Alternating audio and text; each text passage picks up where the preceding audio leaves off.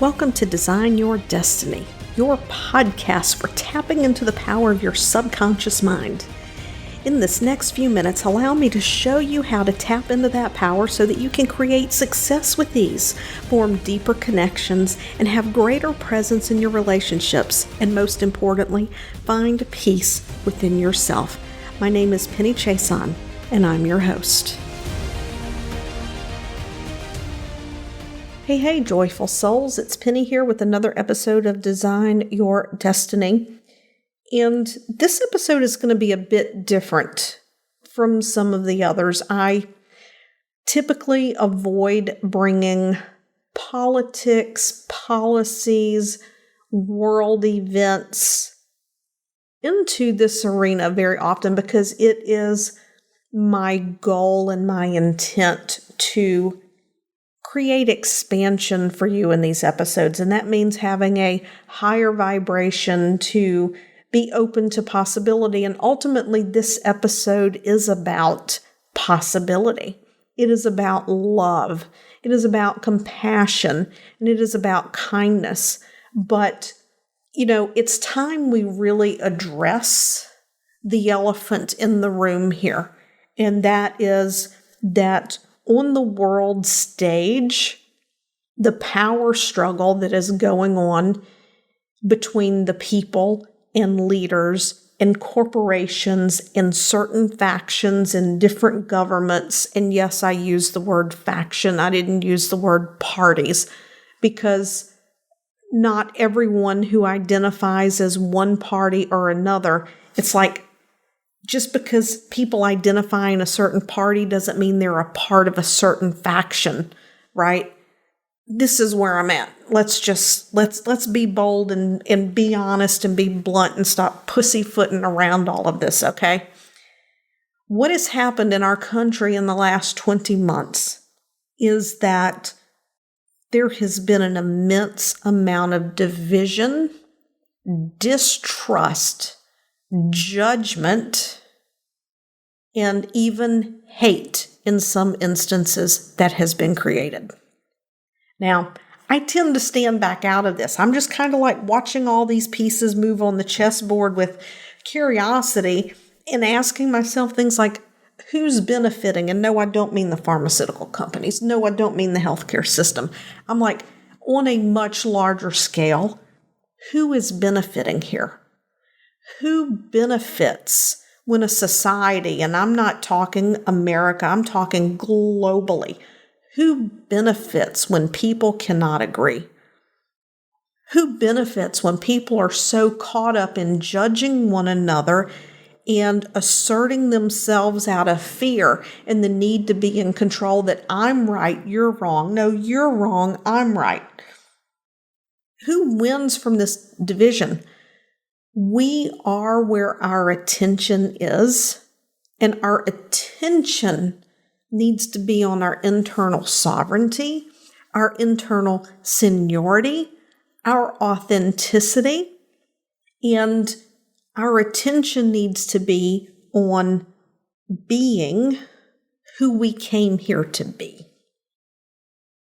And when we're so busy being afraid, getting caught up in arguments, pointing fingers in 6 different directions. And I'm not saying that you, my listener, is doing this because I know a lot of you who listen to my podcast, we tend to circle in the same areas of the interwebs, if you will, in terms of, who we look up to for coaching and for guidance as we move through life. And we're continually improving ourselves on our self-development journey. But the only way through this is through unconditional love. Now, that doesn't mean that, we allow ourselves to get walked all over. That doesn't mean we give people a pass. It means we have healthy boundaries around ourselves and what we're available for, and that we respond through unconditional love. We do our best to respond without judgment. We're all human. We're going to judge. It's part of the human condition. But growth is recognizing that we are judging and to Remember to be compassionate, kind, caring, loving. Winning a battle over do I or don't I engage in a mandate? Do I or don't I have my children exposed to something that maybe I do or do not believe they should be exposed to? Do I make a decision that goes against my beliefs and values just so that I can travel, just so my children can participate in school? When we all know where the evidence is with this. I'm not going to dig into this. I am not going to give anybody my opinion on whether you should participate in mandates or not participate in mandates. That is your individual sovereign decision. And it's absolutely none of my business what you choose to do. And that in turn means it's absolutely none of anyone else's business what I choose to do. Anything that we do for our personal well-being, being aligned with our values and who we are and our beliefs, as long as we are acting out of kindness, compassion, and concern, we have unconditional love, we have respect for others, we have healthy boundaries, as long as your actions aren't malicious, then there's nothing wrong with your actions either way. Whatever you choose. Do you find yourself sometimes working with clients who can only make it 80 to 90% of the way to the finish line? No matter what you do as a coach, you've implemented all the tools that you have, and you know they can be 100% successful. But there's just something in their way. Maybe you have clients who fall back into repeat patterns. They hit 100%, and then suddenly when they're successful, something happens and they're triggered to fall back. If you are ready to take advantage of subconscious coaching, aka hypnosis, to remove those subconscious blocks that are under the surface and sabotaging your clients, then I want you to head over to pennychason.com/certify me to get all of the details and to see how other coaches are positively impacting their clients' lives. I have just been blown away. I have been a hypnotist since 2013, and that's when I first learned how our mind is so powerfully influenced by words. And then in 2014, when I took my advanced hypnotherapy training, I learned how easy it is to influence and, yes, even manipulate. I'm saying the word manipulate your beliefs through emotion. If you watch any of the major broadcast networks, you are being fed a steady dose of fear. I don't care if you're watching the one that starts with an F, an M, a C, an A, an O, an N. Let's just cover all the bases here. While they all engage in fear to different degrees, when someone threatens your sense of safety and security and they generate fear in your mind, it is easy to slip in a suggestion just like that. Now, you may not automatically buy into it the first time, but when you hear that same message over and over and over, and they use the fear to keep you like a carrot in front of a horse to keep you coming back, and you got to have your daily dose of the news and, oh my God, what's going to happen next? What's going to happen next? Then you're going to hear the same message over and over. And depending on your natural level of suggestibility, because we are all suggestible to some degree, some of us different than others, zero hypnosis required. Otherwise, we wouldn't learn. Sooner or later, you're going to think to yourself, well, damn, I've heard this so much, it must be true. So the best thing you can do for yourself is to shut off the news. I don't care what station you listen to. Shut off the news. Go somewhere to find your information that is not fear-based, that is not emotion-based, but is pure fact. Look for cited resources.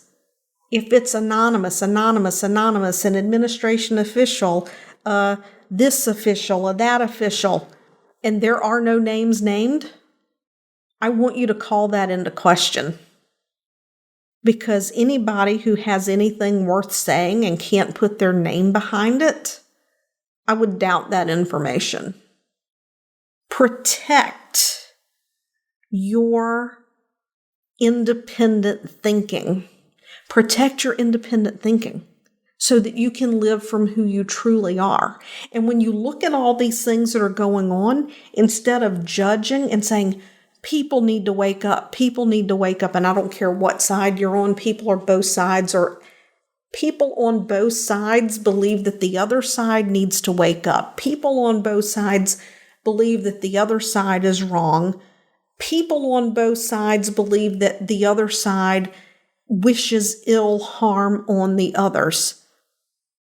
And when we do this, whoever it is that's benefiting from all of this chaos, all of this disruption, all of this division, I don't care what you think about your fellow man or woman or non-binary. Here's what I'm telling you. We are all more alike than we are different. We all want a home. We all want a safe place for our children to go to school. We all want to be able to have what we need to sustain our life through our meals, electricity, water. We all want to do more than survive. We want to enjoy our lives. And there was a time before the 24/7 media when people could recognize that there was more that we agree on than there is that we disagree on. And through fear and mind manipulation, the majority of, no, that's a judgment now, isn't it? I wouldn't say, it seems like it's the majority because it's what you see on the news. See what I'm saying? So I feel like there are still many, many people who have been manipulated to the point that they believe there's more different about us than there is alike. And if we want to unite, we have to recognize that we are all created as compassionate, kind, loving human beings first. And everything else is opinion, belief, indoctrination. And if we want to go through this and we want to move through this and we want the world to be a better place on the other side, the way through is through unconditional love. And that means accepting other people for where they are, no matter what their beliefs are, not judging them on their beliefs, but understanding that we're all living in this same interesting world right now. We're all living in this same interesting world. This is a time for humanity to elevate ourselves, or we can destroy ourselves. We can elevate ourselves through love, care, and compassion, or we can destroy ourselves through judgment and hatred. So I know what most of my people who listen to this will choose, but I wonder what you will choose. Will you choose to be fully accepting of others while maintaining healthy boundaries around what you're available for? And yes, you can do that. You can absolutely not agree with someone and accept them as they are and love them as another human being. Think about that. I'm not perfect, right? So, sometimes I catch myself slipping into old thought patterns and I have to stop myself and recognize that I'm judging someone based on what they're saying, what they're doing, and then I have to be like, wait a minute. Wait just a minute. They believe what they believe and they're standing up for what they stand up for because it's what they've been taught. It's what they've learned. It's what they've been exposed to. It doesn't matter if they agree with me or not. I show up in the world based on what I've been taught, what I've been exposed to. So let's go out into the world and let's engage in random acts of kindness. Let's show our compassion to the world. Let's be kind to people who would never expect us to be kind, random strangers. Go out into the world and surprise the hell out of some people in a really good way. I wonder what that would look like for you. I know what it looks like for me, but I wonder what it would look like for you. I'll see you next week. Bye now. Thank you for listening today. If you've enjoyed this episode of Design Your Destiny, I would appreciate it if you would head over to iTunes and leave a positive review. When you leave a positive review, it's like podcast currency, and we can increase our reach and get the message to even more people that they, just like you, have the ability to design their destiny. And remember, subscribe on your favorite podcast platform.